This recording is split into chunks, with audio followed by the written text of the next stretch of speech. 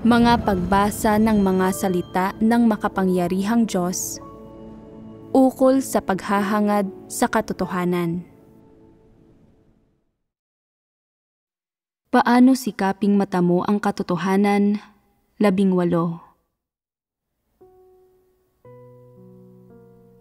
Naganap ang isang malubhang insidente ilang araw na ang nakalilipas, kung saan ginugulo ng mga antikristo ang gawain ng pagpapalawig ng Ebanghelyo. Alam ba ninyong lahat ang tungkol dito? Matapos mangyari ang insidenteng ito, nagsimula ang muling pagsasaayos ng gawain ng Ebanghelyo sa sambahayan ng Diyos, at ang ilang tao ay naitalaga sa ibang gawain o nailipat, at ang ilang bagay na may kaugnayan sa gawain ay inayos din. Tama ba? Ang ganitong uri ng malaking pangyayari ay naganap sa sambahayan ng Diyos at lumitaw ang mga antikristo sa paligid ninyo. Natuto na ba kayo ng ilang aral mula sa pagharap sa ganito kahalagang pangyayari? Hinanap ba ninyo ang katotohanan? Nakita ba ninyo ang diwa ng ilang problema? At nakakuha ba kayo ng ilang aral mula sa ganito kalaking pangyayari? Kapag may nangyayari, hindi ba't karamihan sa mga tao ay nakakakuha lamang ng kaunting aral mula rito at nakakaunawa ng kaunting doktrina nang hindi sinisiyasat ang diwa nito at hindi natututo kung paano tingnan ang mga tao at bagay at umasal at kumilos ayon sa katotohanan? May ilang tao na nagninilay-nilay lamang ayon sa sarili nilang pag-iisip at mga pagsusuri kahit anuman ang mangyari sa kanila. Lubos silang kulang sa mga katotohanang prinsipyo at kulang din sila sa katalinuhan at karunungan. Nagbubuod lang sila ng ilang aral at pagkatapos gumagawa sila ng isang pagpapasya. Kapag nangyaring muli ang mga bagay na ito sa hinaharap, kailangan kong mag-ingat at bigyang pansin ang mga bagay na hindi ko maaaring sabihin, ang mga bagay na hindi ko maaaring gawin, pati na rin sa kung anong uri ng mga tao ako dapat na maging mapagbantay, at kung anong uri ng mga tao ang dapat kong panatilihing malapit sa akin. Maituturing ba ito na pagkatuto ng aral at pagkakaroon ng karanasan? Kaya, kapag nangyari ang mga bagay na tulad nito, malaki o maliit man na mga pangyayari ang mga ito, paano dapat danasin, harapin, at malalim na pasukin ng mga tao ang mga ito upang matuto sila ng mga aral at maunawaan ang ilang katotohanan at lumago sa tayog habang nahaharap sa mga kapaligirang ito? Karamihan sa mga tao ay hindi nagninilay-nilay sa mga bagay na ito. Tama ba? Kung hindi nila pinagninilayan ang mga bagay na ito, sila ba ay mga taong naghahanap sa katotohanan? Sila ba ay mga taong naghahangad sa katotohanan? Sa tingin ba ninyo, kayo ay isang taong naghahangad sa katotohanan? Sa batayan ng aling mga bagay ninyo pinaniniwalaan na hindi kayo isang taong naghahangad sa katotohanan? At batay sa aling mga bagay ninyo paminsan-minsang iniisip na kayo ay isang taong naghahangad sa katotohanan? Kapag nagtitiis kayo ng kaunting paghihirap at nagbabayad ng kaunting halaga sa inyong tungkulin, at paminsan-minsan ay mas seryoso sa inyong gawain, o nag-aambag ng kaunting pera, o tinatalikuran ang inyong pamilya, nagbibitiw sa inyong trabaho, isinusuko ang inyong pag-aaral, at itinatakwil ang pag-aasawa upang gugulin ang inyong sarili para sa Diyos, o umiiwas sa pagsunod sa mga makamundong kalakaran, o umiiwas sa masasamang taong nakakatagpo ninyo at iba pa. Kapag nagagawa ninyo ang mga bagay na ito, nararamdaman ba ninyo na kayo ay isang taong naghahangad sa katotohanan at isang tunay na mananampalataya? Hindi ba't iyon ang iniisip ninyo? Ngayon, sa anong batayan ninyo iniisip ito? Nakabatay ba ito sa mga salita ng Diyos at sa katotohanan? Ito ay isang ilusyon lang. Sariling opinyon lamang ninyo ito.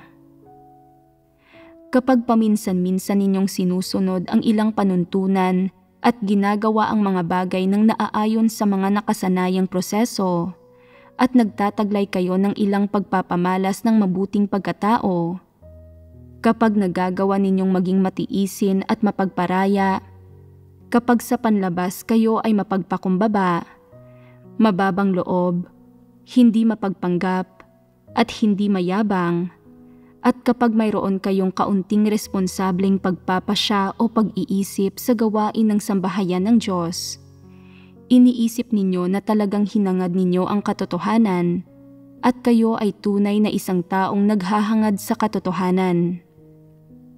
Kaya, ang mga pagpapamalas ba na ito ang bumubuo sa paghahangad sa katotohanan?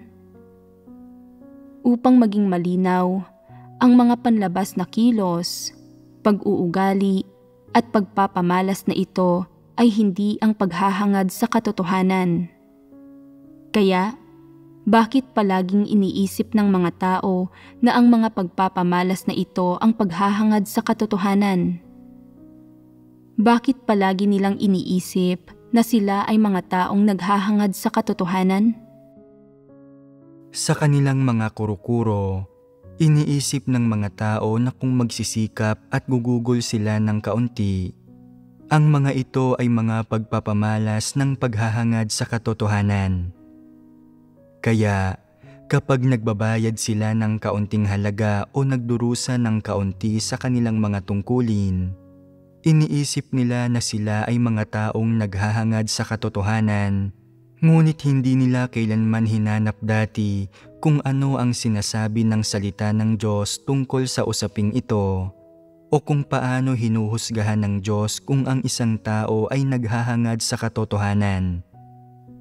Dahil dito, palagi silang namumuhay sa gitna ng kanilang mga kuro-kuro at imahinasyon, iniisip na sila ay dakila. Hindi kailanman binibitiwan ng mga tao ang kanilang mga kuro-kuro, at pagdating sa mahalagang usapin ng pagtukoy kung sila ay mga taong naghahangad sa katotohanan, palagi silang umaasa sa kanilang sariling mga kuro-kuro at imahinasyon at sa kanilang ilusyon. Bakit sila kumikilos ng ganito? Hindi ba't ito ay dahil panatag sila kapag nag-iisip at kumikilos sila sa ganitong paraan?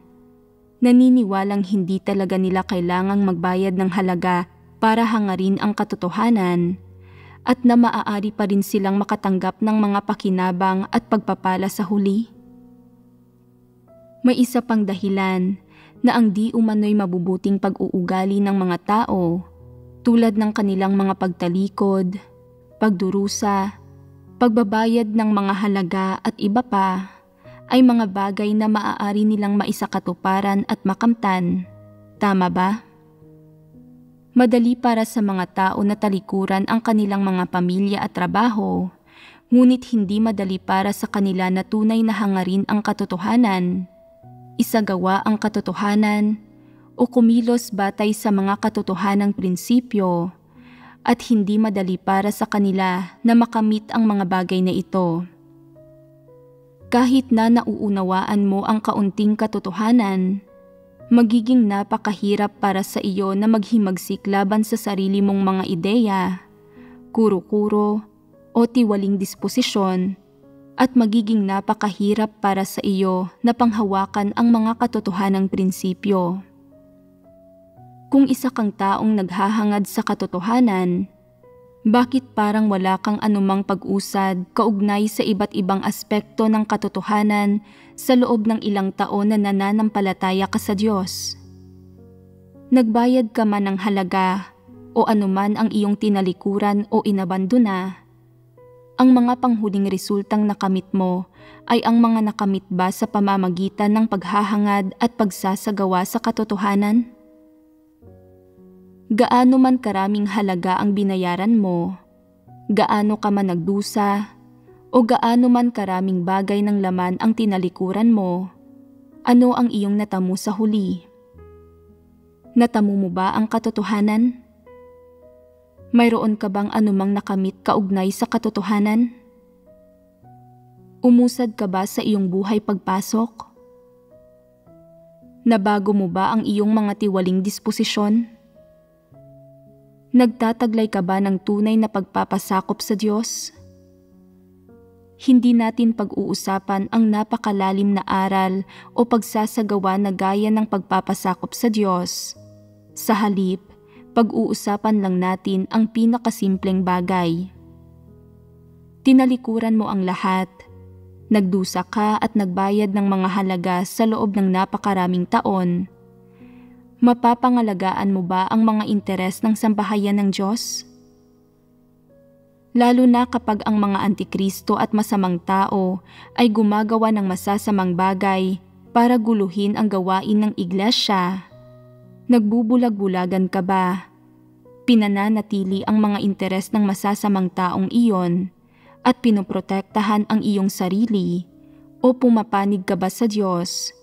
Pinananatili ang mga interes ng kanyang sambahayan?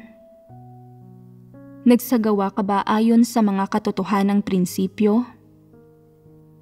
Kung hindi, walang ipinagkaiba kay Pablo ang iyong pagdurusa at ang mga halagang binayaran mo. Ginawa lamang ang mga ito para magkamit ng mga pagpapala, at ang lahat ng ito ay walang saysay. Pareho ang mga ito sa sinabi ni Pablo tungkol sa pagharap sa mga laban at pagtapos ng mga takbuhing dapat niyang tapusin, at sa huli ay nagtatamo ng mga pagpapala at ng isang gantimpala. Wala talagang ipinagkaiba ang mga ito. Tinatahak mo ang landas ni Pablo. Hindi mo hinahangad ang katotohanan. Iniisip mo na ang iyong mga pagtalikod, paggugol, pagdurusa, at mga halagang binayaran mo ay ang pagsasagawa sa katotohanan. Kaya ilang katotohanan ang naunawaan mo sa mga nakalipas na taon? Ilang katotohanang realidad ang taglay mo? Sa ilang usapin mo na pangalagaan ang mga interes ng sambahayan ng Diyos? Sa ilang usapin ka pumanig sa katotohanan at sa Diyos? Sa iyong mga kilos, ilan doon ang umiwas ka sa paggawa ng masama o pagsunod sa sarili mong kagustuhan dahil mayroon kang may takot sa Diyos na puso? Ito ang lahat ng bagay na dapat maunawaan at suriin ng mga tao. Kung hindi nila susuriin ang mga bagay na ito, habang tumatagal na sila ay nananampalataya sa Diyos, at lalo na habang tumatagal ang pagganap nila sa isang tungkulin, mas lalo nilang iisipin na nakagawa sila ng isang kontribusyon na karapat-dapat gantimpalaan, na sila ay tiyak na maliligtas at na sila ay sa Diyos. Kung isang araw sila ay matatanggal, malalantad at mapapalayas, sasabihin nila, kahit hindi ako nakapagbigay ng isang kontribusyon na karapat-dapat gantimpalaan, kahit papaano ay nagsumikap naman ako, at kahit na hindi ako nagsumikap, kahit papaano ay nagpakapagod naman ako. Sa batayan ng pagdurusa at pagbabayad ko ng mga halaga sa loob ng napakaraming taon, hindi ako dapat tanggalin o tratuhin ng ganito ng sambahayan ng Diyos. Hindi ako dapat basta na lang naitapon ng sambahayan ng Diyos pagkatapos ko itong pagsilbihan. Kung tunay na ikaw ay isang tao na naghahangad sa katotohanan, hindi mo dapat sabihin ang mga bagay na ito. Kung ikaw ay isang tao na naghahangad sa katotohanan, ilang beses mong naipatupad ang mga pagsasaayos ng gawain ng sambahayan ng Diyos ng lubusan at tiyak. Ilan sa mga ito ang naipatupad mo? Ilang item sa gawain ang tiningnan mong muli? Ilan sa mga ito ang nasuri mo na?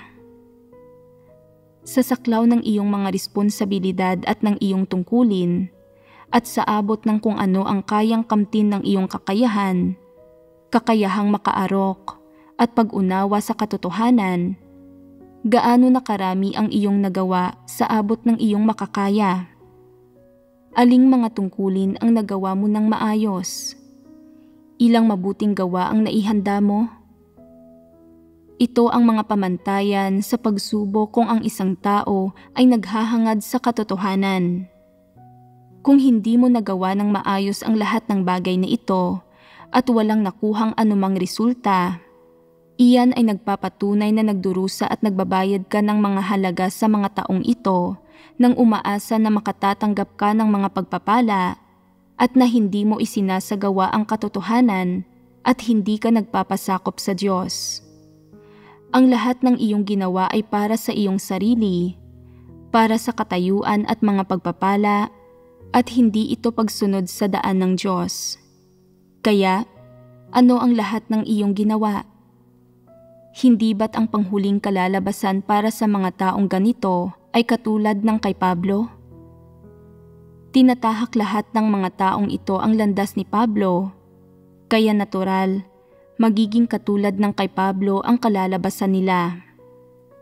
Huwag mong isipin na nakagawa ka ng isang kontribusyon na karapat-dapat gantimpalaan dahil lang sa nananampalataya ka sa Diyos at dahil tinalikuran mo ang iyong trabaho, pamilya, o sa ilang kaso ay maging ang iyong maliliit na anak. Wala kang nagawang anumang kontribusyon na karapat-dapat gantimpalaan. Isang nilikha ka lamang. Ang lahat ng ginagawa mo ay para sa iyong sarili at mga bagay na dapat mong gawin. Magagawa mo bang magdusa at magbayad ng mga halaga kung hindi ito para makatanggap ng mga pagpapala? Magagawa mo bang talikuran ang iyong pamilya at bitiwan ang iyong trabaho? Huwag ituring ang pagtalikod sa iyong pamilya, pagbitiw sa iyong trabaho, pagdurusa at pagbabayad ng mga halaga bilang katumbas ng paghahangad sa katotohanan at pagugol ng iyong sarili sa Diyos. Iyan ay panluloko lang sa sarili mo. Iyong mga hindi man lang tumatanggap sa katotohanan o sa pagpupungos ay isa-isang inilalantad at inaalis sa tuwing nagsasagawa ng malakihang pag-aalis ang sambahayan ng Diyos. Ang ilang tao na may mga problemang hindi gaanong malubha ay pinahihintulutang manatili habang sila ay inoobserbahan at binibigyan sila ng pagkakataong magsisi pagkatapos nilang malantad. Para sa iba, masyadong matindi ang mga problema nila. Hindi pa rin sila nagbabago sa kabila ng paulit-ulit na pagpuna. Ginagawa pa rin nila ang dati nilang ginawa at paulit-ulit nilang ginagawa ang parehong mga pagkakamali at ginugulo, ginagambala at winawasak nila ang gawain ng iglesia. Kaya sa huli, sila ay inaalis at itinitiwalag ayon sa mga prinsipyo at hindi na binibigyan ng dagdag na mga pagkakataon. Sinasabi ng ilang tao, "Nalulungkot ako para sa kanila na hindi na sila binibigyan ng pagkakataon." Hindi ba't binigyan sila ng sapat na pagkakataon? Hindi sila nananampalataya sa Diyos para makinig sa Kanyang mga salita, para tanggapin ang pagkastigo at paghatol ng Kanyang mga salita, o para tanggapin ang Kanyang paglilinis at kaligtasan. Inaasikaso lang nila ang sarili nilang mga usapin. Pagkatapos nilang simulan ang gawain ng iglesia o gampanan ang iba't ibang tungkulin, nagsisimula silang makilahok sa maraming maling gawain, nanggugulo at nanggagambala, nagdudulot ng malubhang pinsala sa gawain ng iglesia, pati rin ng matitinding kawalan sa mga interes ng sambahayan ng Diyos. Matapos silang paulit-ulit na bigyan ng mga pagkakataon at unti-unting itiwalag sa iba't ibang grupo ng pagganap sa tungkulin, isinasaayos ng sambahayan ng Diyos na gampanan nila ang kanilang mga tungkulin sa pangkat ng Ebanghelyo.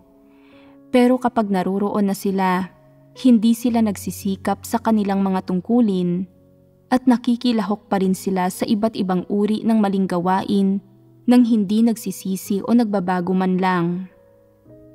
Gaano man magbahagi sa katotohanan ang sambahayan ng Diyos o anumang pagsasaayos sa gawain ang ginagawa nito, at kahit na binibigyan nito ang mga taong ito ng mga pagkakataon, babala at pinupungusan pa nga sila, walang saysay ang lahat ng ito.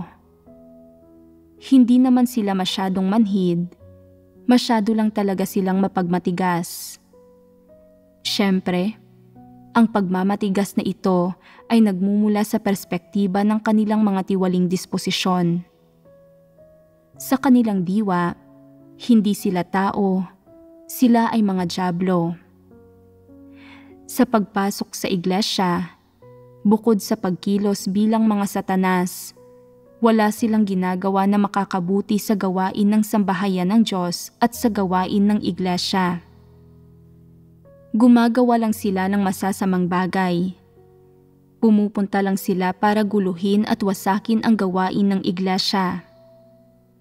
Matapos makapagpabalik loob ng ilang tao habang nangangaral ng ebanghelyo, pakiramdam nila ay mayroon na silang kapital at na nakagawa sila ng isang kontribusyon na karapat-dapat purihin at nakokontento na sila sa kanilang mga tagumpay.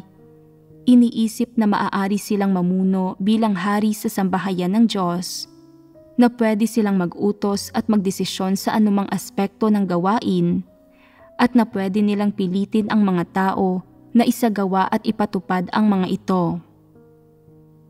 Paano man magbahagi ang itaas sa katotohanan o magsaayos sa gawain, hindi ito sineseryoso ng mga taong ito. Sa harap mo, nagsasabi sila ng mga bagay na labis na kaaya-ayang pakinggan.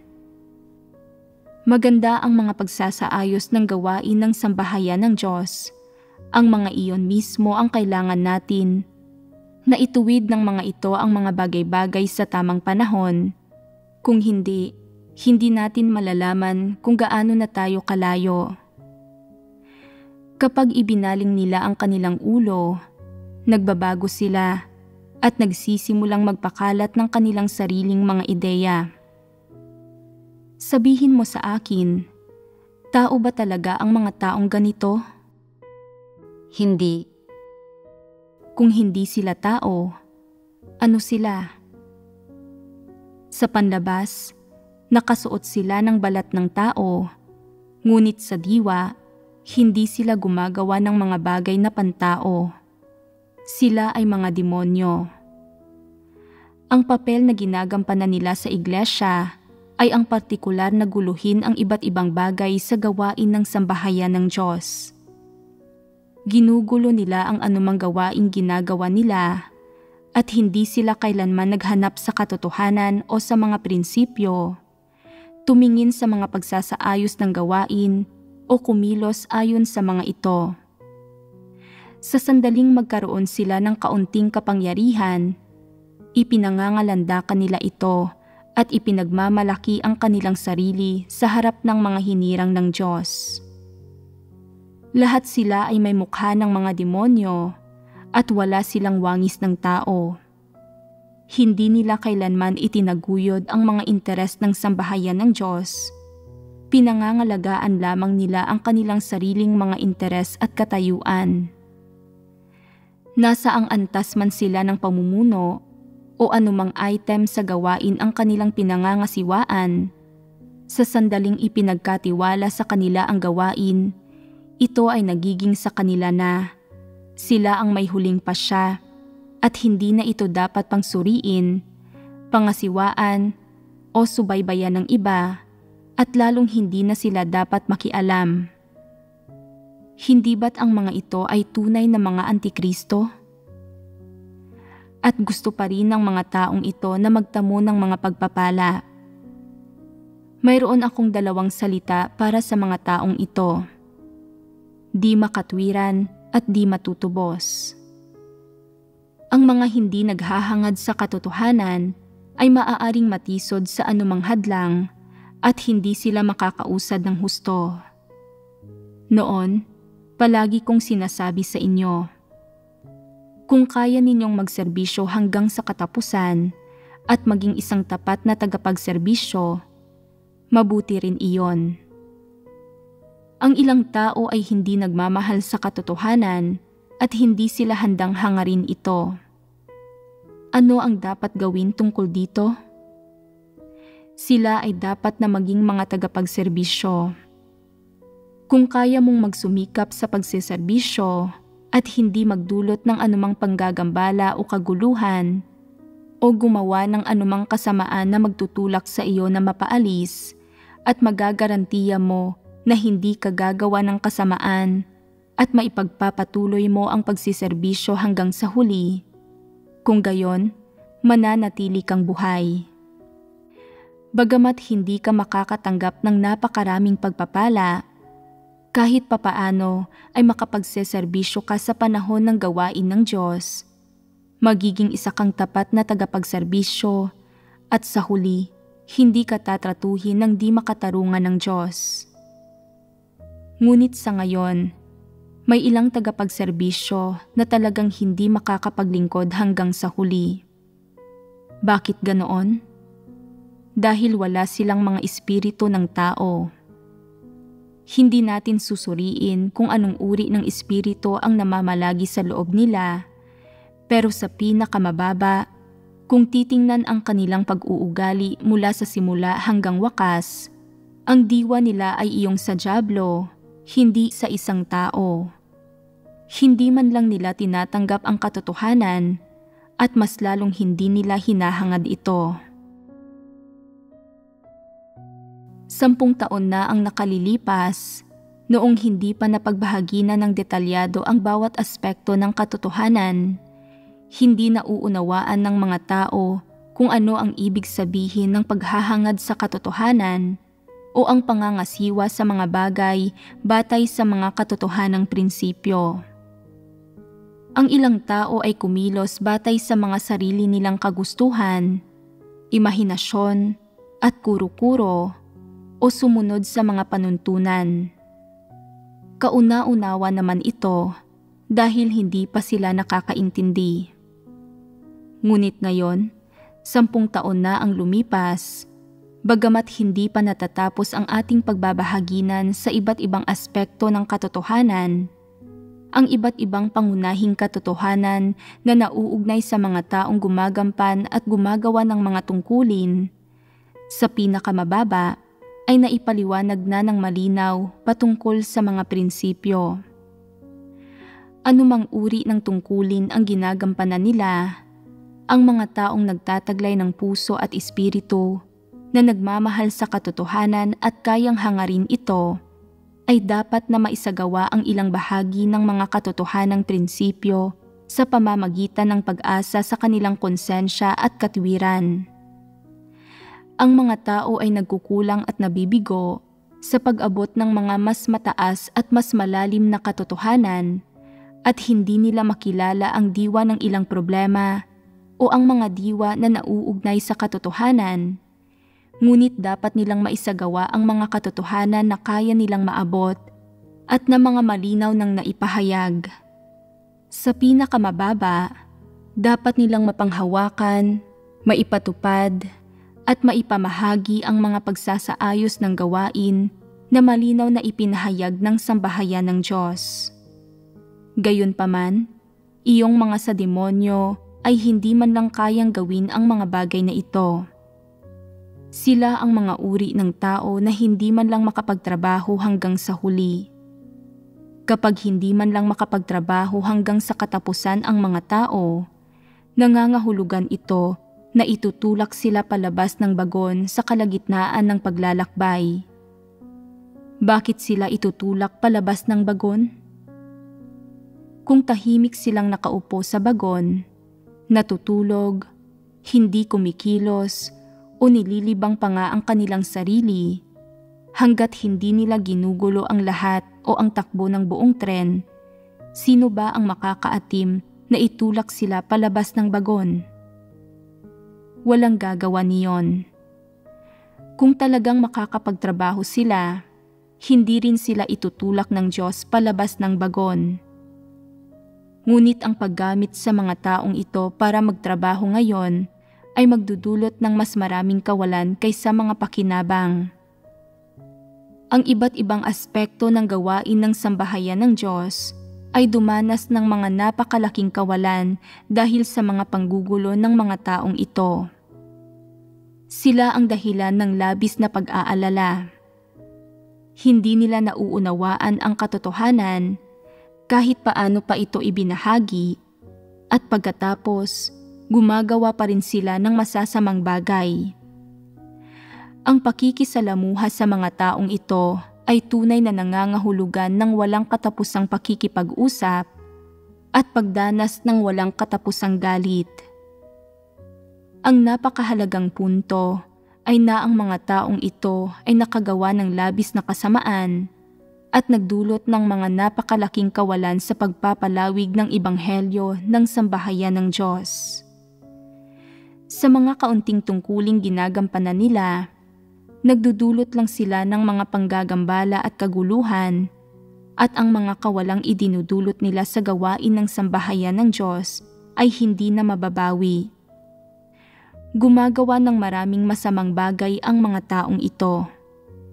Habang kasama ang mga ordinaryong miyembro ng iglesia, ginagawa nila ang anumang gusto nila, nilulustay nila ang mga handog, pinalalaki nila ang bilang ng mga taong napagpabalik loob nila habang ipinalalaganap ang ebanghelyo, at ginagamit nila ang ibang tao ng hindi nararapat.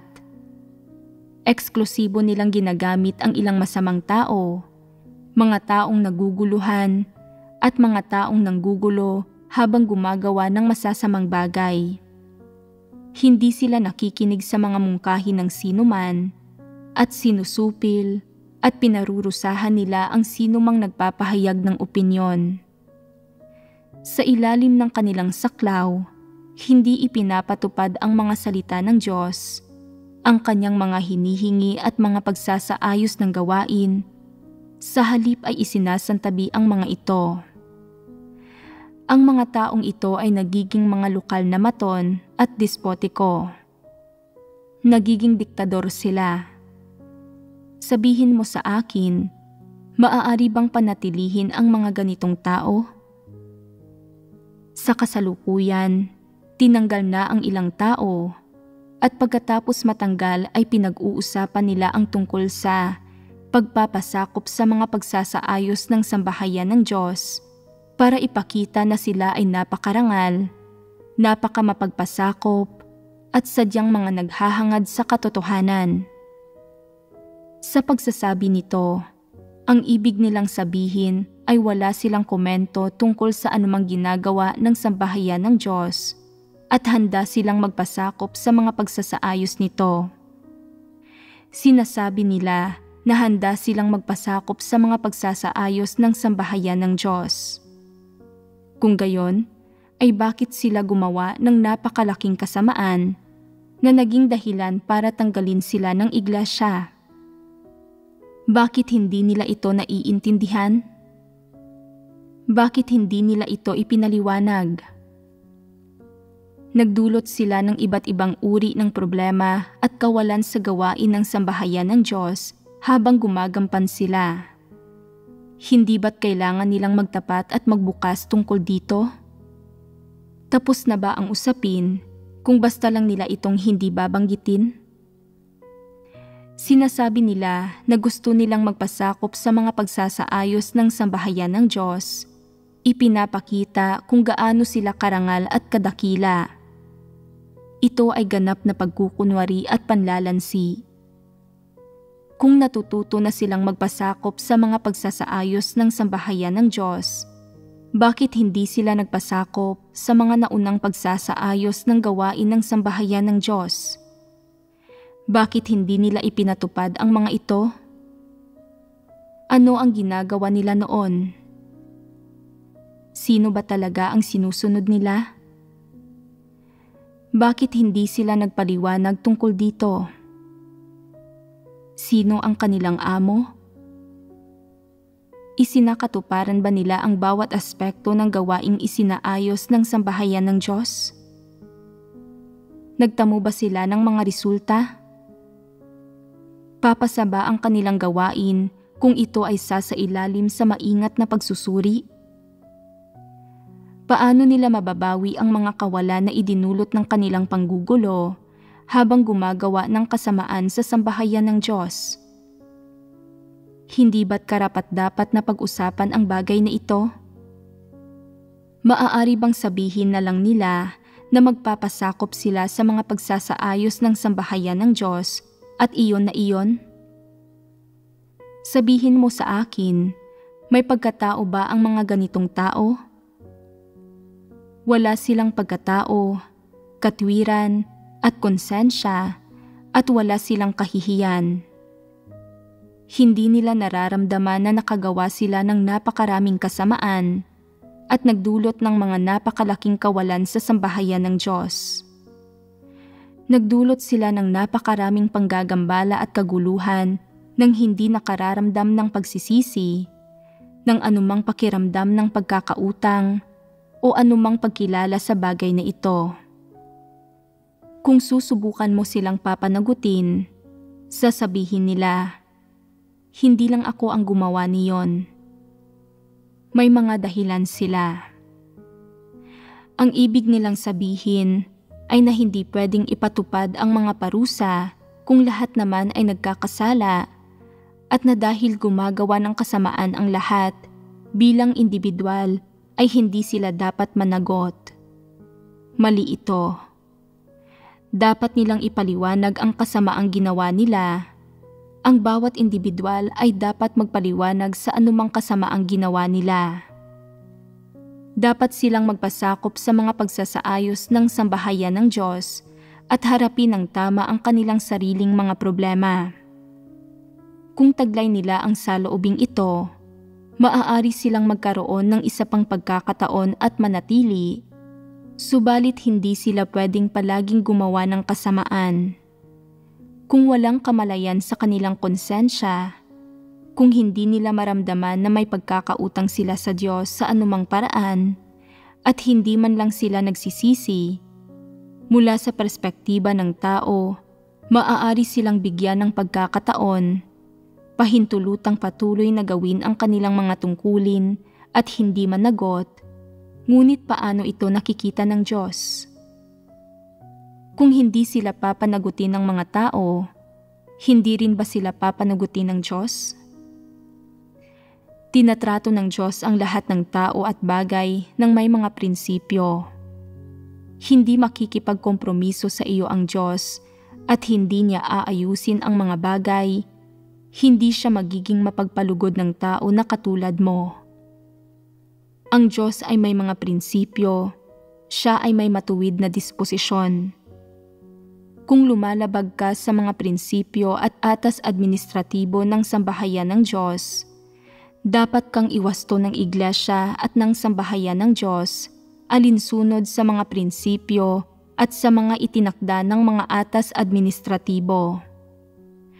Tungkol naman sa mga ibubungan ng iyong pagkakasala sa Diyos, sa katunayan, sa puso mo ay alam mo kung paano ka tinitingnan o tinatrato ng Diyos.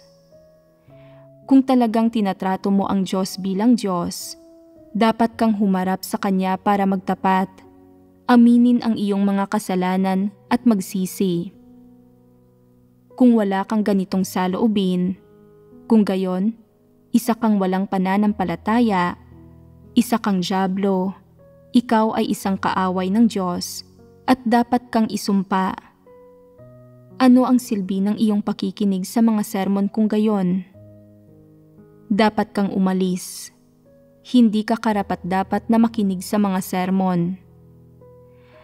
Ang mga katotohanan ay sinasalita para marinig ng mga normal na tiwaling tao.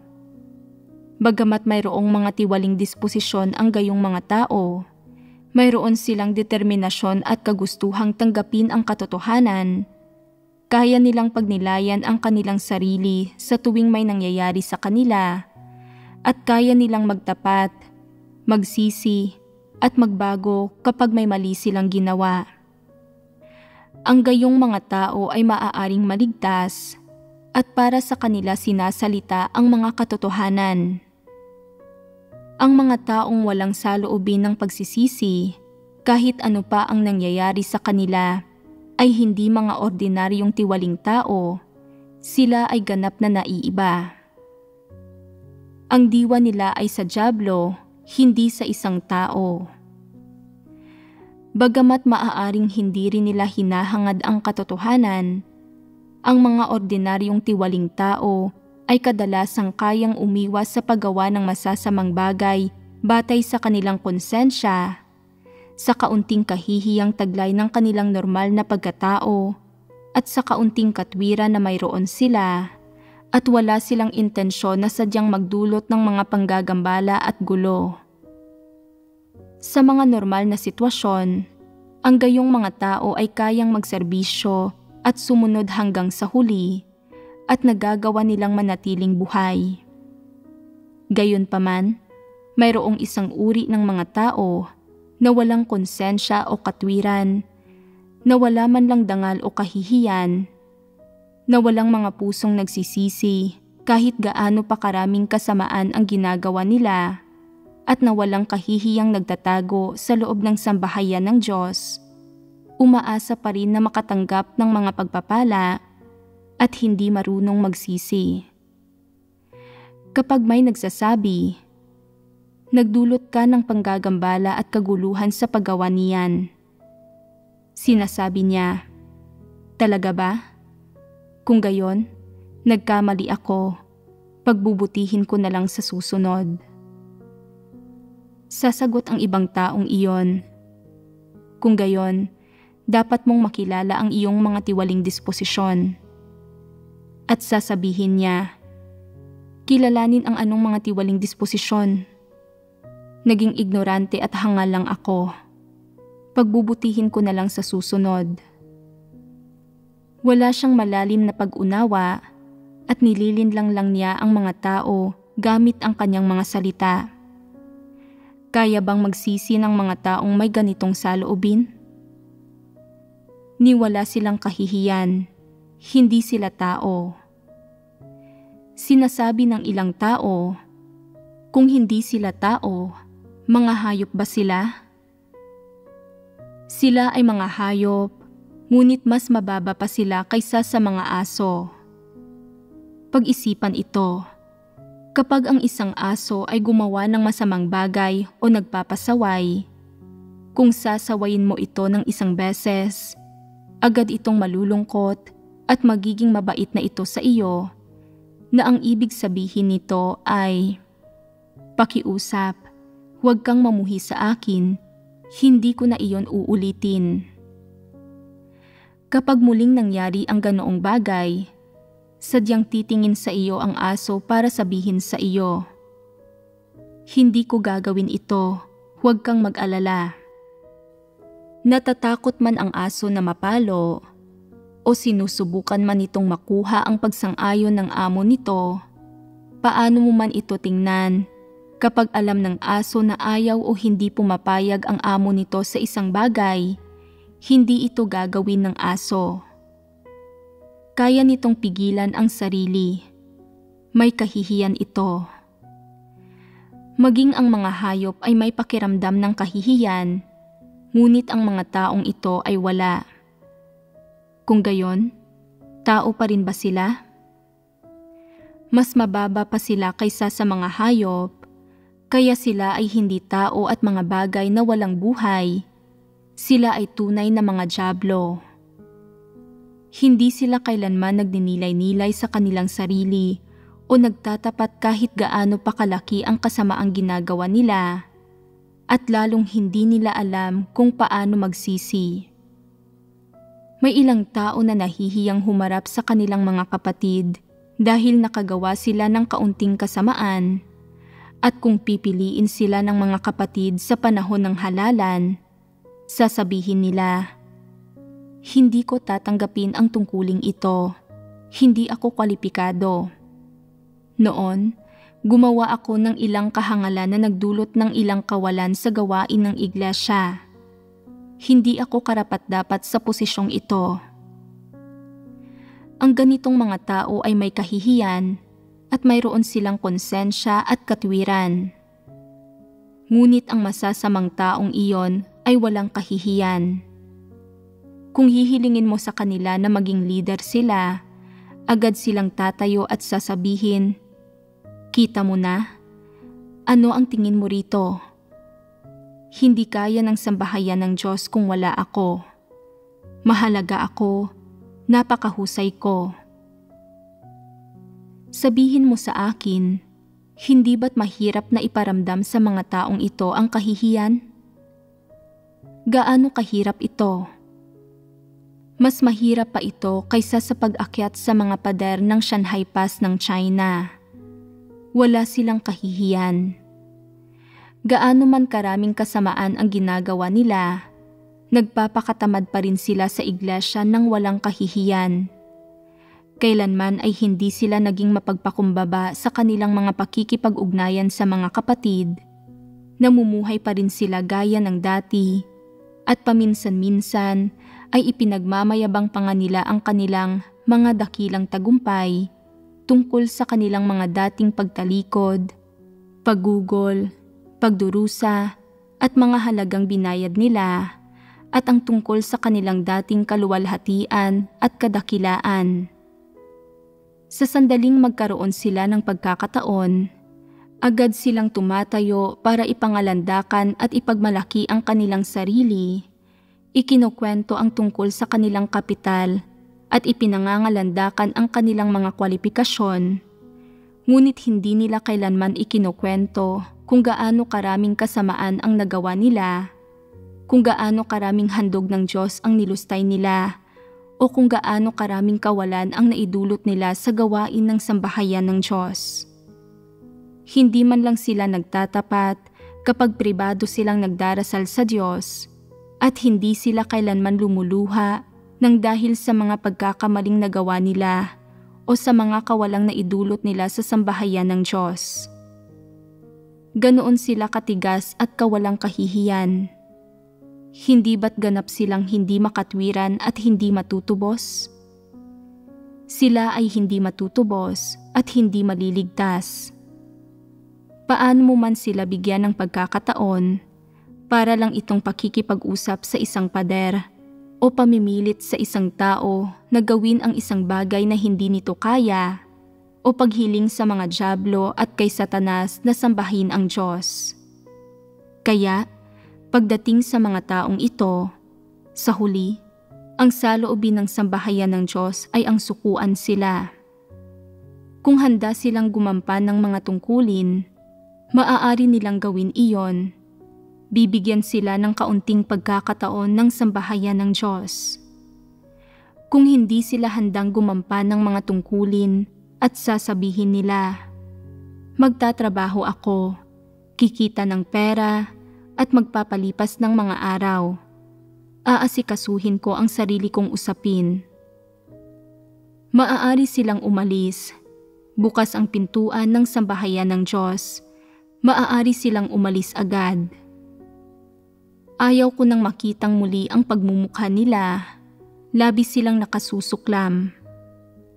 Bakit pa ba sila nagpapanggap? Ang kaunting pagdurusang tiniis nila, ang maliliit na halagang binayad nila, ang kanilang mga kaunting pagtalikod at pagugol, ay mga paunang kondisyon lamang na inihanda nila upang makagawa sila ng masama. Kung mananatili sila sa sambahayan ng Diyos, anong uri ng serbisyo ang maibibigay nila para dito? Anong mga pakinabang ang maidudulot nila sa gawain ng sambahayan ng Diyos? May ideya ka ba kung gaano kalaking pagkagambala at kaguluhan ang maidudulot sa gawain ng iglesia ng masasamang gawa at masasamang bagay na ginawa ng isang masamang tao, isang antikristo, sa loob ng 6 na buwan? Sabihin mo sa akin, ilang kapatid ang mangangailangang gumawa para makabawi sa pagkagambala at kaguluhang ito? Hindi ba't hindi sulit ang paggamit sa masamang taong iyon, sa antikristong iyon, para sa kaunting serbisyo? Hindi natin pag-uusapan ang laki ng mga kawalan na maaaring maidulot ng isang grupo ng mga antikristo na nagsasama-sama para gumawa ng masasamang bagay. Ngunit gaano kalaking pinsala ang maaaring maidulot sa gawain ng iglesia ng isang maling paniniwala at maladyablong pahayag na sinalita ng isang antikristo o ng isang kakatuwang utos na ipinapatupad ng isang antikristo. Sabihin mo sa akin, gaano karaming tao ang kailangang gumawa at gaano katagal sila gagawa para makabawi rito? Sino ang mananagot sa kawalang ito? Walang may kaya. Mababawi kaya ang kawalang ito? Sinasabi ng ilang tao, kung kukuha tayo ng dagdag pang tao na tutulong at magtitiis ng kaunti pang paghihirap ang mga kapatid, maaari tayong makabawi rito. Bagamat maaaring makabawi ka sa ilan sa mga ito, gaano karaming tao at material na rekurso ang kakailanganing igugol ng sambahayan ng Diyos? Sa partikular, sino ang makakabawi sa nawalang oras at sa mga kawalang dinanas ng mga hinirang ng Diyos sa kanilang buhay pagpasok? Walang makakagawa niyon. Sa makatuwid, ang mga pinsalang ginawa ng mga antikristo ay hindi mapapatawad. Sinasabi ng ilang tao, sinabi ng mga antikristo, babayaran namin ang perang nawala. Siyempre, kailangan nilang bayaran iyon. Sinabi ng mga antikristo, magdadala kami ng mas maraming tao para makabawi sa mga naiwala namin. Iyon ang pinakamaliit na bagay na magagawa nila. Dapat silang bumawi sa kasamaang ginawa nila. Ngunit sino ang makakabawi sa oras na nawala? Kaya ba nilang gawin iyon? Imposibleng mabawi pa ito. Kaya, ang mga pinsalang ginawa ng mga taong ito ang pinakakasuklam-suklam sa mga kasalanan. Hindi mapapatawad ang mga ito. Sabihin mo sa akin, hindi ba totoo iyon? Kapag nakikita ng ilang tao na medyo mahigpit na pinangangasiwaan ng sambahayan ng Diyos ang mga antikristo, hindi binibigyan ng pagkakataon at direktang pinaaalis ang mga antikristo, naiisip nila ito. Hindi ba't sinabi ng sambahayan ng Diyos na binibigyan nito ng mga pagkakataon ang mga tao? Kapag nakagawa ng isang maliit na pagkakamali ang isang tao, ayaw na ba sa kanya ng sambahayan ng Diyos? Hindi ba siya binibigyan ng pagkakataon nito? Dapat bigyan siya nito ng pagkakataon. Masyado namang hindi mapagmahal ang sambahayan ng Diyos. Sabihin mo sa akin, ilang pagkakataon na ba ang naibigay sa mga taong iyon? Ilang sermon na ba ang napakinggan nila? Masyado bang kaunti ang pagkakataong ibinigay sa kanila? Kapag gumagawa sila, hindi ba nila alam na gumagampan sila ng mga tungkulin?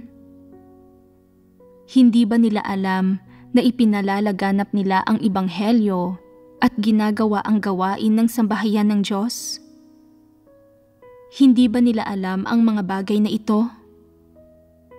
Nagpapatakbo ba sila ng isang negosyo, kumpanya o pabrika? Namamahala ba sila ng kanilang sariling mga negosyo? Ilang pagkakataon na ba ang naibigay ng sambahayan ng Diyos sa mga taong ito? Ang bawat isa sa kanila ay nagtamasa na ng maraming pagkakataon. Para sa mga inilipat mula sa iba't ibang grupo tungo sa pangkat ng ebanghelyo, mayroon ba sa kanila ang natanggal pagkatapos na mapabilang sa pangkat ng ebanghelyo sa loob lamang ng ilang araw? Wala sa kanila ang natanggal ng ganoon, maliban na lang kung ang kasamaang nagawa nila ay masyadong malubha, kung gayon ay tinanggal na sila. Ang bawat isa sa kanila ay nabigyan ng sapat na pagkakataon. Sadyang hindi lang nila alam kung paano pahalagahan ang mga ito o kung paano magsisi. Sinusunod nila ang sarili nilang kagustuhan. Palaging tinatahak ang landas ni Pablo. Napakagandang pakinggan at malinaw ang mga salita nila, ngunit hindi sila kumikilos na parang tao. Dapat pa rin bang bigyan ng pagkakataon ang mga ganitong tao?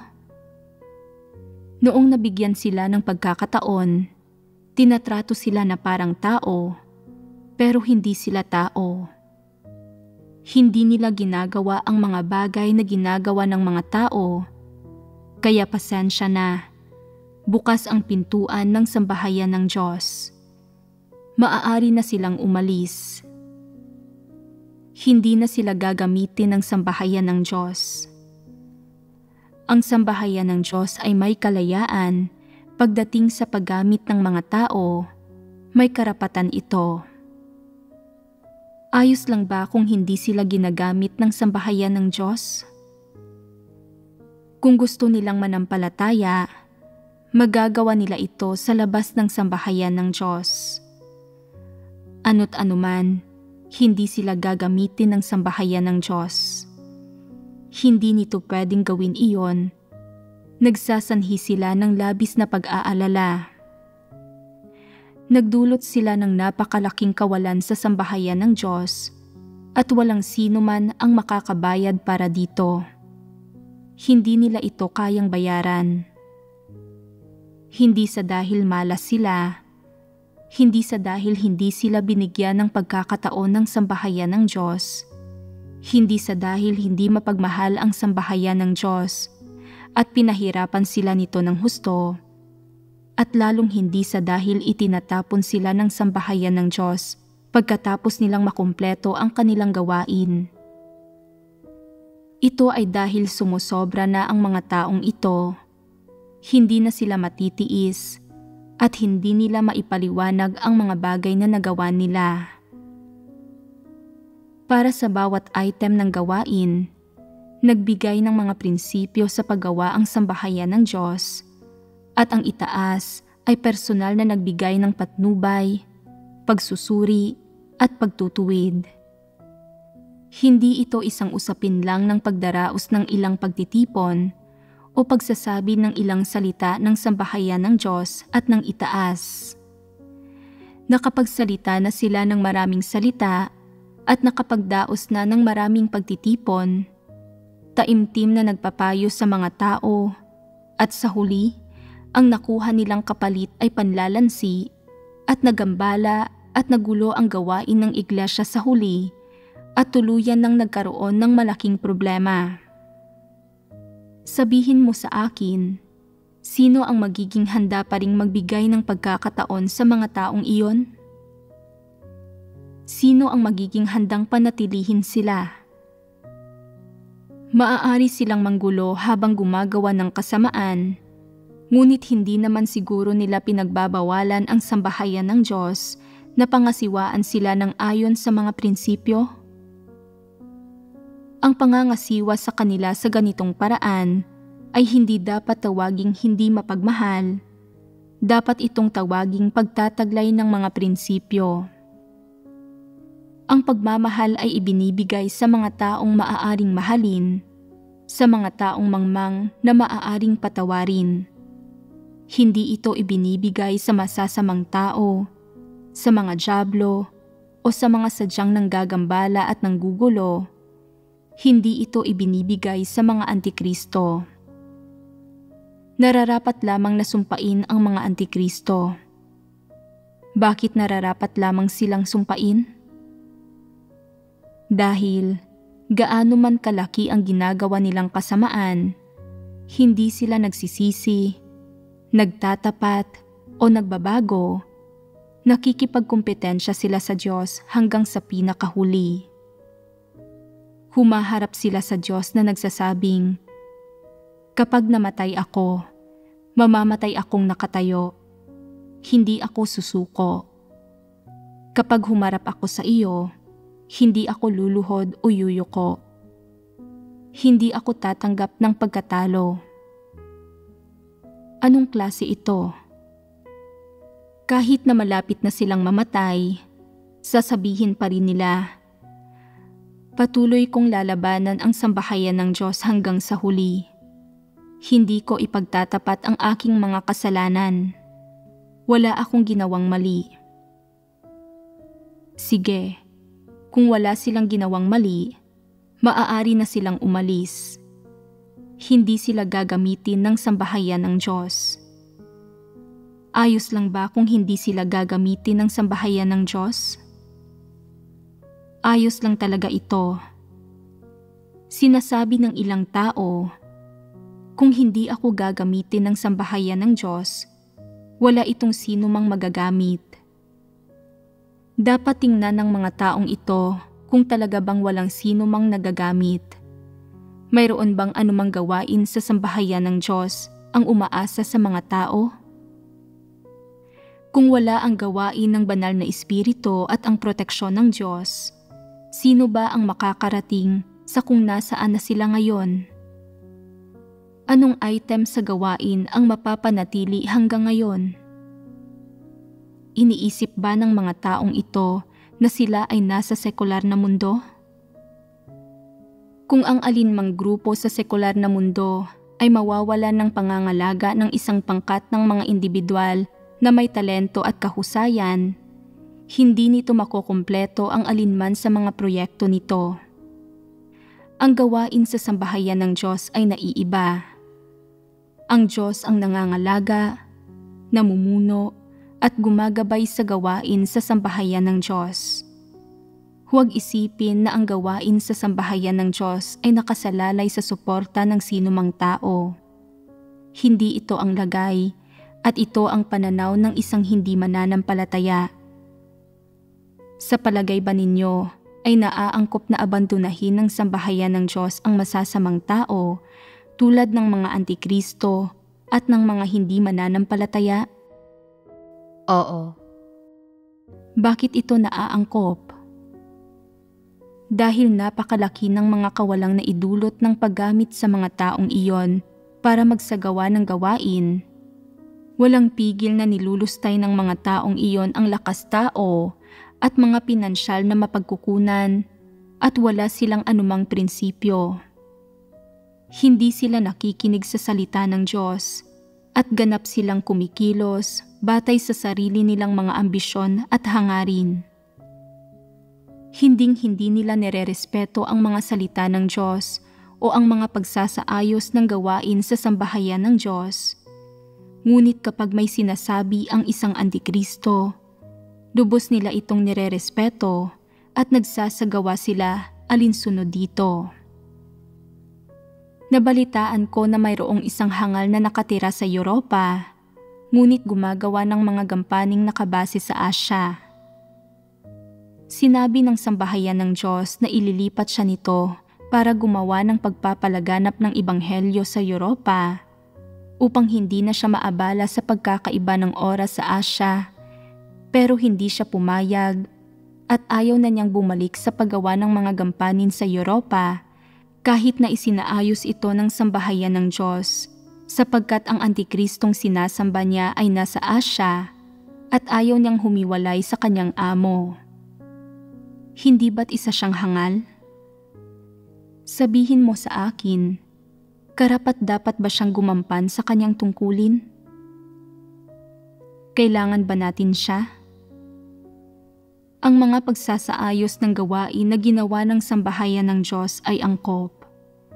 Kung ikaw ay nasa Europa, dapat kang gumawa ng mga gampaning nakabase sa Europa at hindi sa Asya.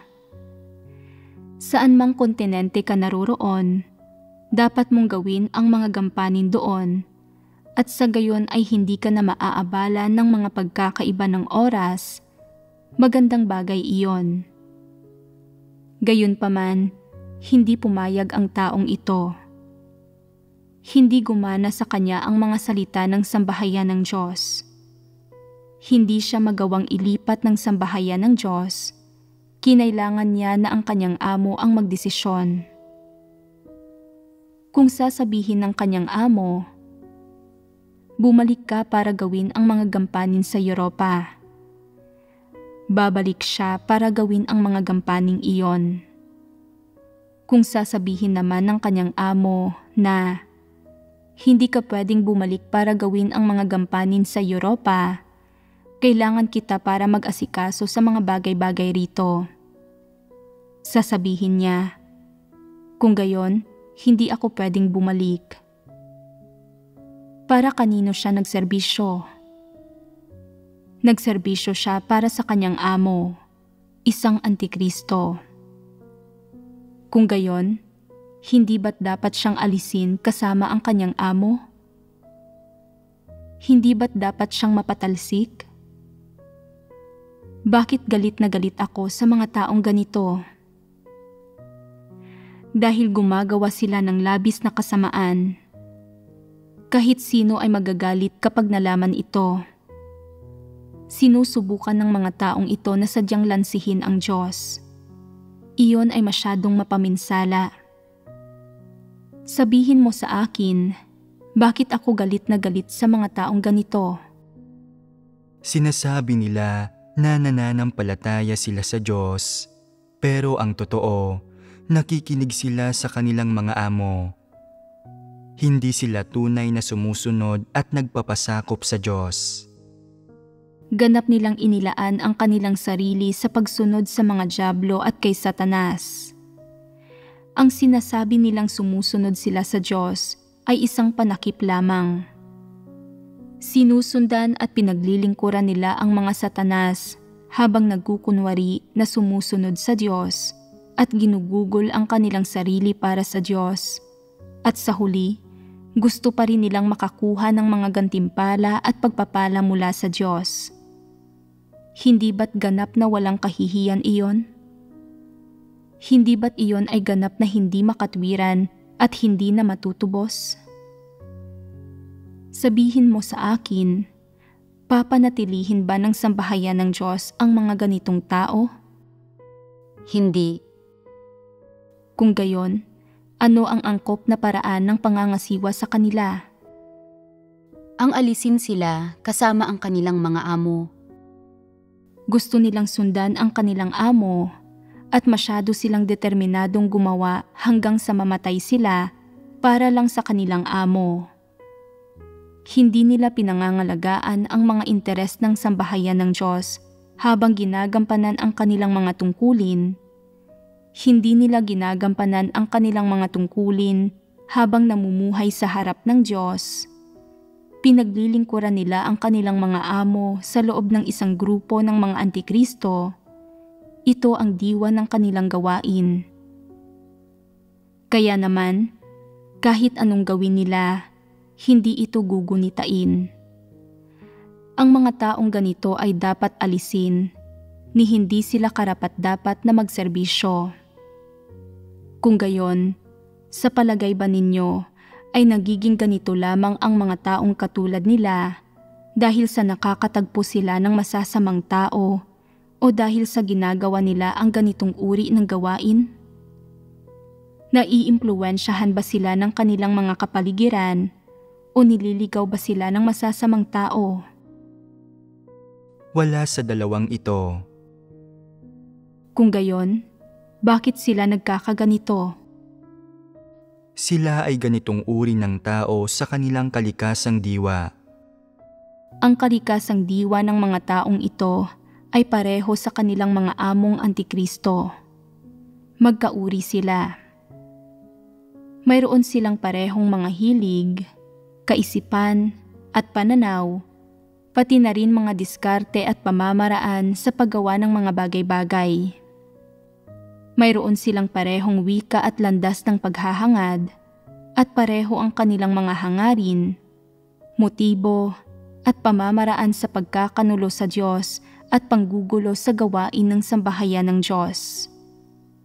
Isipin ninyo, pareho sila ng saloobin tungkol sa mga pagsasaayos ng gawain sa sambahayan ng Diyos, kung saan nagsisinungaling sila sa kanilang mga nakatataas at naglilihim ng mga bagay-bagay sa mga nasa ibaba nila.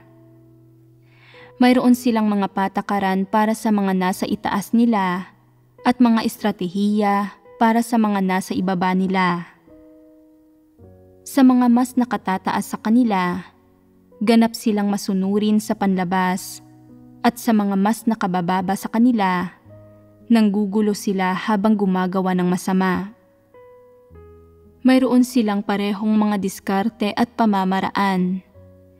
Kapag pinupungusan sila ng itaas, sinasabi nila, "Nagkamali ako, mali ako, masama ako, mapaghimagsik ako, isa akong dyablo." At pagkatapos ay tatalikod sila at sasabihin, "Huwag nating ipatupad ang mga pagsasaayos ng gawain ng itaas." Pagkatapos nito, ginagawa lang nila ang kung anong gusto nila.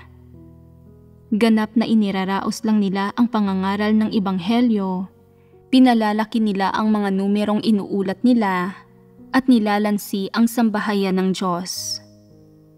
Ito ang mga pamamaraan ng mga grupong ito ng mga antikristo. Palagi nilang pinangangasiwaan ang mga pagsasaayos ng gawain gamit ang kanilang sariling mga estratehiya at pamamaraan. Hindi ba't nabunyag na ang kanilang mga demonyong mukha? Tao ba sila? Hindi. Hindi sila tao. Sila ay mga demonyo. Hindi tayo nakikipag-ugnayan sa mga demonyo, kaya magmadali tayong paalisin sila rito. Ayaw kong makita ang kanilang malademonyong mukha. Dapat silang umalis. Ang mga handang magserbisyo ay maaaring ipadala sa pangkat B. Ang mga ayaw magserbisyo ay maaaring itiwalag. Tama ba ang hakbang na ito? Ito ang pinakaangkop na hakbang. Pare-pareho ang kanilang diwa, kaya kapag nag-uusap at kumikilos sila ng magkakasama, maayos at madali nila itong nagagawa, at kapag ginagawa nila ang mga bagay-bagay ng magkakasama, mayroong matibay na pagkakaisa at lihim na pagkakaunawaan sa pagitan nila. Sa sandaling ibuka ng mga among iyon ang kanilang bibig, anumang malademonyong bagay ang sabihin nila, agad natatalima ang kanilang mga tagasunod, at sa puso ng mga tagasunod na ito, magiging masaya pa nga ang mga ito. Iisipin na, "Tama ka, ganoon ang gawin natin." Masyadong maselan ang mga pagsasaayos ng gawain mula sa itaas. Hindi natin magagawa ang mga bagay-bagay ng ganoon. Gaano man kahusay o kadetalyado ang pagkakabigkas sa mga pagsasaayos ng gawain ng itaas, hindi ipapatupad ng mga taong ito ang mga pagsasaayos na iyon. At gaano man kabaluktot o kakakatwa ang mga bagay na sinasabi ng mga dyablo at ni Satanas, makikinig sila sa mga ito. Kung gayon, para kanino sila nagseserbisyo? Makakapagserbisyo ba ang mga ganitong tao sa sambahayan ng Diyos hanggang sa pinakahuli? Hindi sila makakapagserbisyo hanggang sa pinakahuli. Nagpapakita man ng pagpapasensya ang Diyos sa isang tao o sa mga kilos ng isang dyablo, may hangganan lagi ang mga ito. Nagpapakita siya ng pagtitimpi sa mga tao hanggat maaari, ngunit kapag umabot na ito sa isang partikular na antas, ilalantad niya ang mga dapat ilantad at palalayasin ang mga dapat palayasin. Kapag umabot na sa puntong ito, wala nang magagawa ang mga taong iyon. Ito ay hindi lamang sa dahil hindi nila hinahangad o minamahal ang katotohanan. Ito ay dahil salungat sa katotohanan ang kanilang kalikasang diwa. Isipin mo ito. Sa tuwing nagsasalita ka tungkol sa mga positibong bagay, dalisay na pagkaunawa, o mga prinsipyo na naaayon sa katotohanan, hindi sila nakikinig. Kung mas dalisay ang iyong mga salita, mas sumasama ang loob nila. Sa sandaling magsimula kang magsalita tungkol sa mga katotohanang prinsipyo, Hindi sila mapakali at naghahanap sila ng mga paraan upang maiba ang usapan, upang mailipat ang atensyon, o kaya ay pasimple silang nagsasalin ng inuming tubig. Sa sandaling magbahagi ka sa katotohanan o magsalita tungkol sa pagkilala sa iyong sarili, naiinis sila at ayaw nilang makinig. Kung hindi man sila magbabanyo, nauuhaw o nagugutom naman sila, o kaya ay inaantok, o kailangan daw nilang sagutin ang isang tawag o asikasuhin ang isang bagay. Palagi silang may palusot at hindi sila mapakali. Kung gagamitin mo ang kanilang mga pamamaraan at babanggitin ang kanilang mga pahayag at diskarte na tanging nagdudulot ng mga pagkagambala at kaguluhan, magiging masigasig sila at magagawa nilang magsalita ng magsalita. Kung hindi kayo magkapareho ng wika, magiging tutol sila sa iyo at iiwasan ka nila. Ito ay mga tipikal na dyablo. May ilang tao na hanggang ngayon hindi pa rin makakilati sa ganitong uri ng dyablo at iniisip nila na sadyang hindi lang hinahangad ng mga taong ito ang katotohanan. Bakit napakahina ng pag-iisip nila? Bakit nila nasasabi ang mga ganitong kamangmangan? Hindi lang ba talaga hinahangad ng mga taong iyon ang katotohanan? Hindi. Sila ay masasamang demonyo at tutol na tutol sila sa katotohanan. Ang mga taong iyon ay kumikilos ng maayos sa mga pagtitipon, pero pagkukunwari lang ang lahat ng iyon. Sa totoo lang, nakikinig ba talaga sila sa nilalaman na ibinabahagi o sa mga salita ng Diyos na binabasa sa mga pagtitipon? Ilang salita ang talagang pinakikinggan nila? Ilan ang tinatanggap nila? Sa ilan sila magpapasakop? Hindi man lang sila makapagsalita tungkol sa mga pinakasimple at pinakapangkaraniwang sinasalitang doktrina.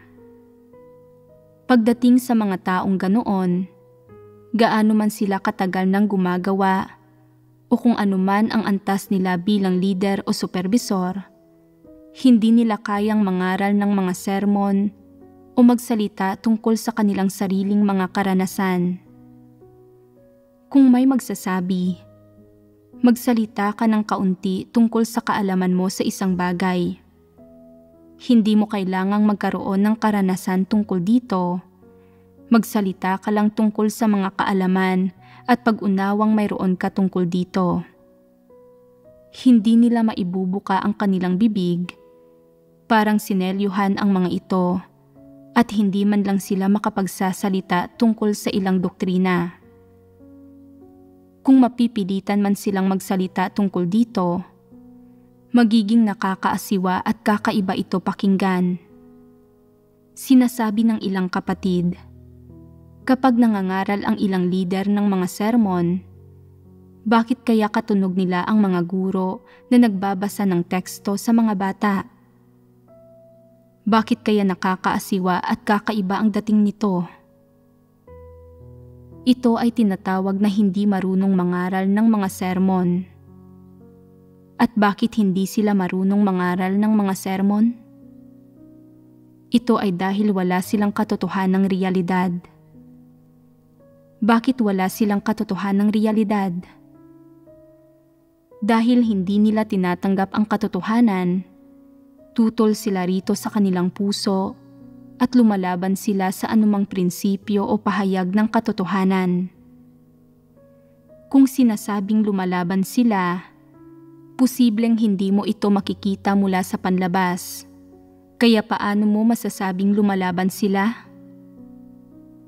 Gaano man magbahagi sa katotohanan ang sambahayan ng Diyos, itatatwa at tatanggihan nila ito sa puso nila at lubos silang masusuklam dito.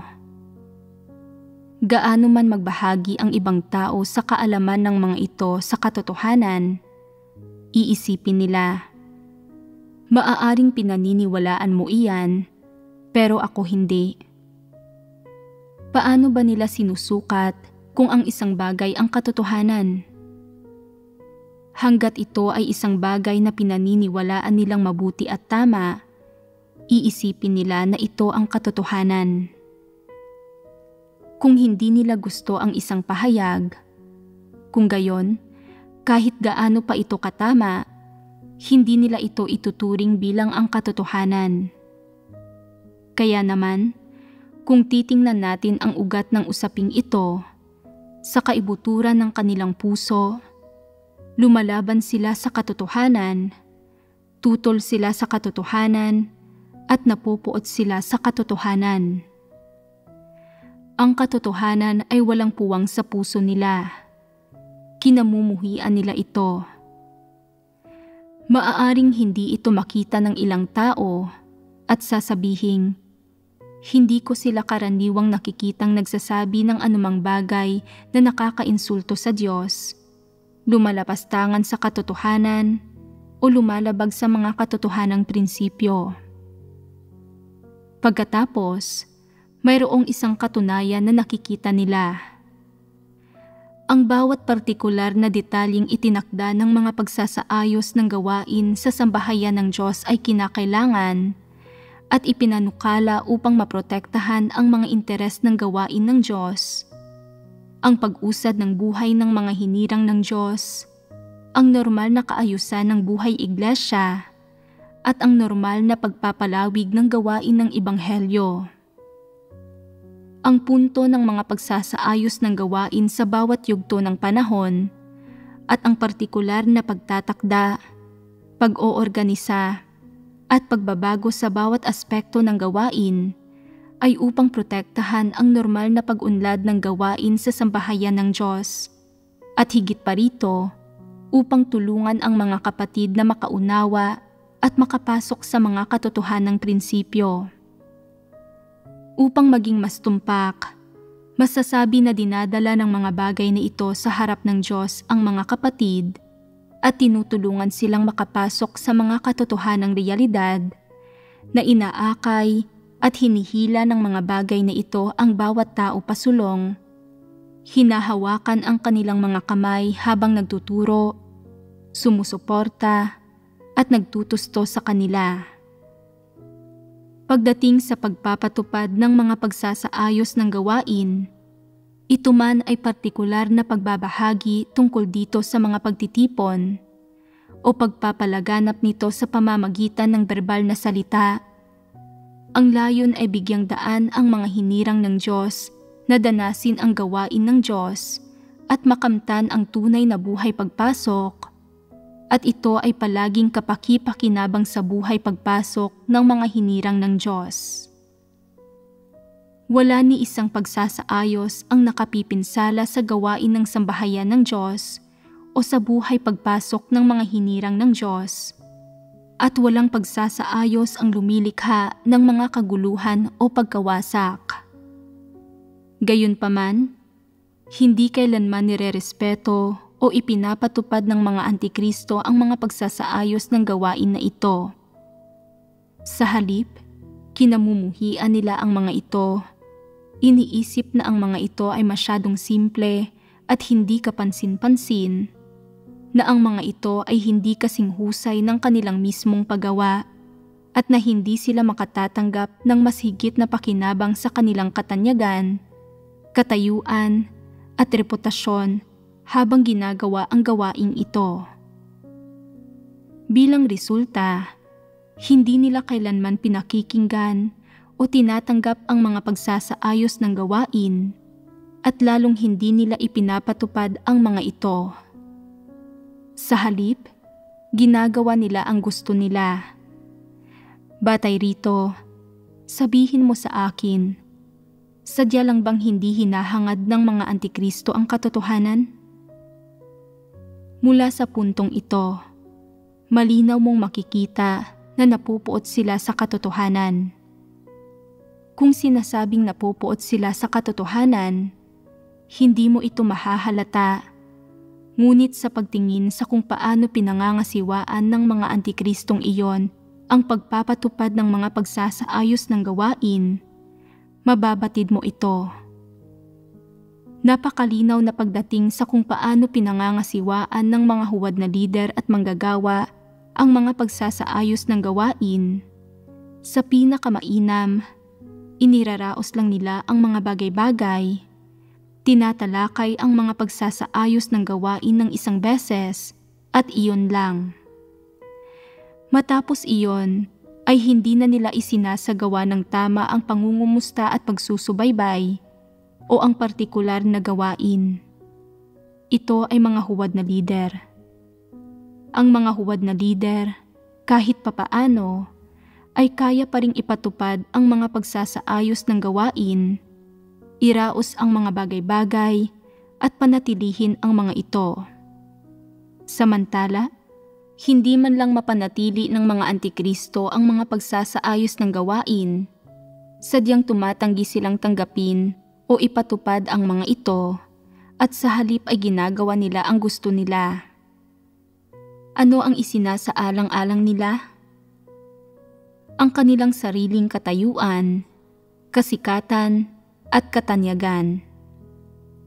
Isinasaalang-alang nila kung pinahahalagahan ba sila ng itaas, kung ilang kapatid ang sumusuporta sa kanila, kung ilang puso ng mga tao ang may puwang sila, kung ilang puso ng mga tao ang pinamumunuan nila, kinokontrol ang mga taong iyon, at kung ilang tao ang pinaghaharian nila.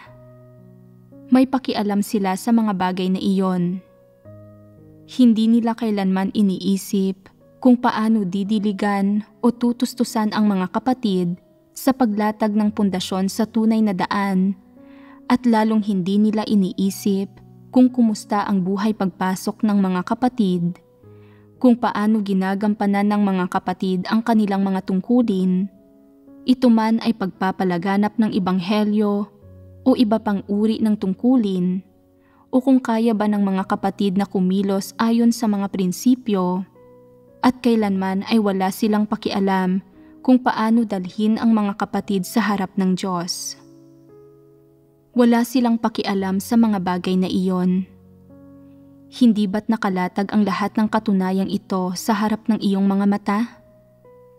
Hindi ba't ang mga ito ay mga pagpapamalas na madalas mong nakikita sa mga antikristo? Hindi ba't sapat na patunay ang mga katunayang ito na ang mga taong ito ay napupuot sa katotohanan? Sa lahat ng panahon, ang tanging mga bagay na pinahahalagahan ng isang antikristo ay katayuan, kasikatan at katanyagan.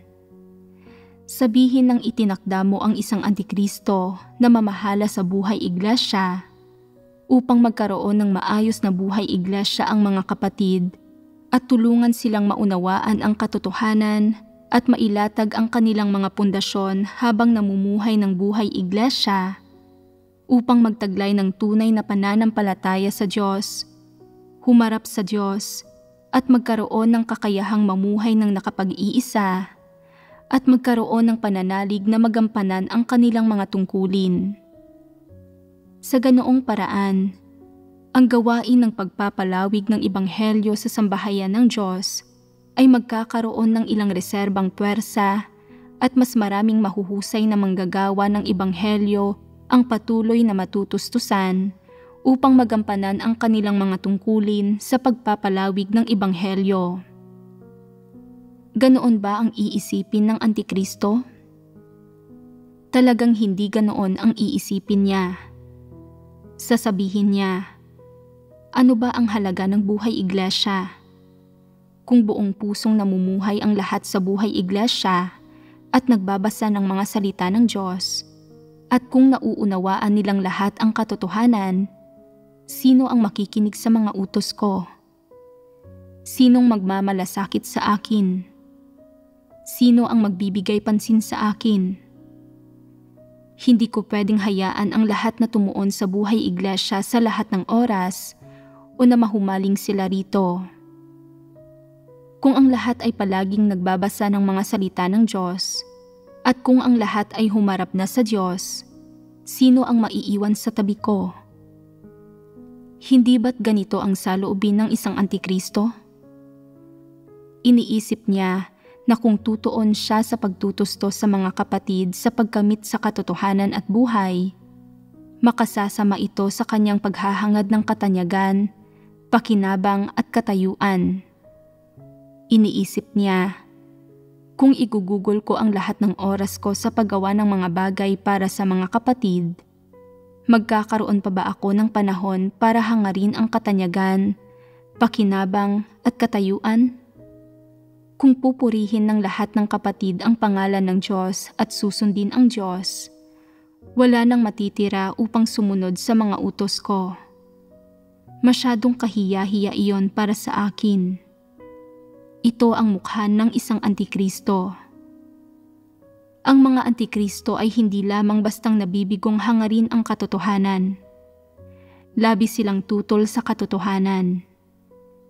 Sa kanilang pansariling kamalayan, hindi nila sinasabing, napupuot ako sa katotohanan, napupuot ako sa Diyos, at napupuot ako sa lahat ng pagsasaayos ng gawain, sa mga pahayag, at sa mga pagsasagawa na kapaki-pakinabang sa mga kapatid. Hindi nila ito sasabihin. Gumagamit lamang sila ng ilang paraan at pag-uugali para labanan ang mga pagsasagawa ng gawain sa sambahayan ng Diyos. Kaya, ang diwa ng mga paraan at pag-uugaling ito ay na ginagawa nila ang gusto nila at hinihimok ang ibang tao na sumunod at sumunod sa kanila. Dahil dito, anuman ang gawin ng sambahayan ng Diyos, hindi nila ito rerespetuhin. Hindi ba't ganito ang lagay? Maraming beses na tayong nagbahagi na noon tungkol sa mga pagpapamalas na ito ng mga antikristo. Maliit ang tayog ninyo at mababaw ang inyong pagkaunawa sa katotohanan. Napakaraming kasamaan ang ginawa ng mga antikristo sa harap mismo ng inyong mga mata, subalit nabigo kayong makilatis ito. Kayo ay hangal at kahabag-habag, manhid at mahina ang isip, hikahos at bulag. Ito ang inyong tunay na mga pagpapamalas at ang inyong tunay na tayog. Ang mga antikristo ay nagdudulot ng napakaraming gulo at ng napakalaking kawalan sa gawain ng sambahayan ng Diyos. At mayroon pa ring mga tao na nagsasabing dapat silang gamitin para magserbisyo. Ang paggamit sa kanila ay nagdudulot ng mas maraming pinsala kaysa sa kabutihan, ngunit hindi ninyo alam kung paano sila tanggalin o pangasiwaan. Ilang taon pa ba ang aabutin para magbago ang tayog at mga ideya ninyong ito? Ang ilang tao ay palaging nagmamayabang, ako ay isang taong naghahangad sa katotohanan. Ngunit hindi nila makilatis ang mga antikristo kapag nakakatagpo nila ang mga ito at maaaring sumusunod pa nga sila sa mga antikristong iyon. Nasaan ang mga pagpapamalas ng kanilang paghahangad sa katotohanan? Narinig na nila ang napakaraming sermon, ngunit wala pa rin silang pagkilatis. Sige na, tatapusin ko na rito ang pagbabahagi na natin tungkol sa paksang ito.